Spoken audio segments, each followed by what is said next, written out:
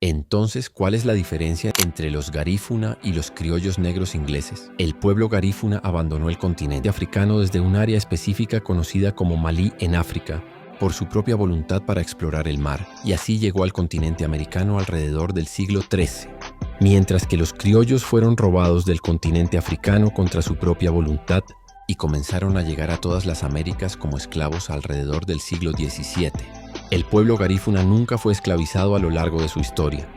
Mientras que los criollos fueron una vez esclavizados o propiedad de varios amos, el pueblo Garifuna es de ascendencia africana.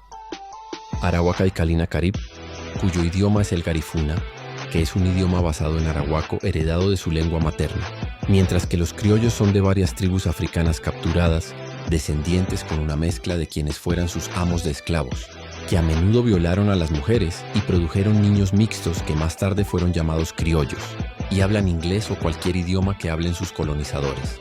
Los garífunas suelen tener nombres españoles, porque a su llegada frente a la costa de Roatán, Honduras, se vieron obligados a ser bautizados si querían mudarse a tierra firme en Trujillo y a recibir apellidos en español.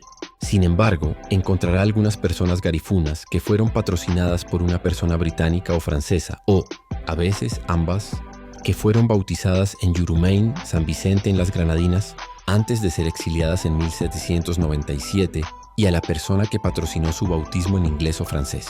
En conclusión, cada ser humano se originó en el continente africano, independientemente del tono, color de piel o raza. Sin embargo, cada grupo étnico tiene una historia diferente y única de cómo dejaron el continente y llegaron a un lugar nuevo. La información anterior son hechos históricos que realmente se pueden investigar y no solo buscar en Google. Cheryl Norales.